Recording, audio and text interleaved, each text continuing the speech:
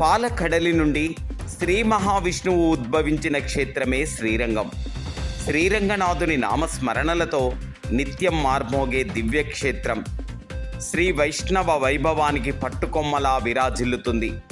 108 దివ్య దేశాల్లో పవిత్రమైన ఈ క్షేత్రం తమిళనాడులో నెలకొని ఉంది.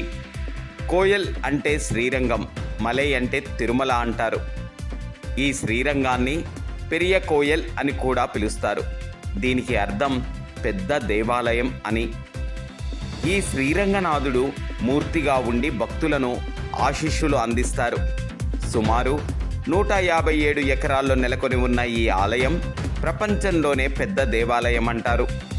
శ్రీరంగనాథుడిని దర్శించినంతనే మనకు సాక్షాత్తు ఆ శేషసాయిని దర్శించుకున్న దివ్యానుభూతి కలుగుతుంది.